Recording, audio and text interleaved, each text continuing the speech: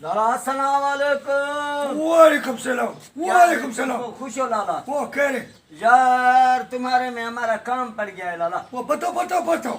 वो हमारे पास बड़ा परेशानी है। वो तुम परेशान? हाँ यार बड़ा परेशान वो है। पूरा कौम परेशान है। सिंधी परेशान, पंजाबी परेशान, बलोच परेशान, और तो और खान की हुकूमत पठान भी परेशान। ओ यार तुम छोड़ो कौम को छोड़ो, मेरी परेशानी दूर करो। चलो बताओ तुम्हारा परेशानी क्या है? यार वो हमारे को 500 की जरूरत है।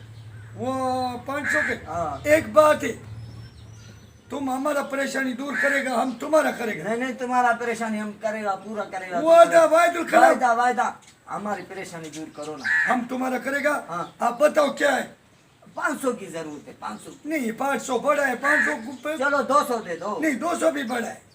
यार 100 दे दो भला। 100 में काम चलेगा। हाँ। अब देखो मैं दे रहा हूँ एक शर्त पे। हाँ, नहीं बताओ। मैं तुम्हारा परेशानी दूर करता हूँ, हाँ। तुम हमारा परेशानी दूर करेगा। हाँ, नहीं नहीं इंशाल्लाह तेरी ये लो, ये तुम्हारा परेशानी दूर हो गया। हाँ, तुम्हारा कौन सा परेशानी है? मेरा परेशानी में नलका बना रहा हूँ, आपको गटर साफ करना है। हाँ हाँ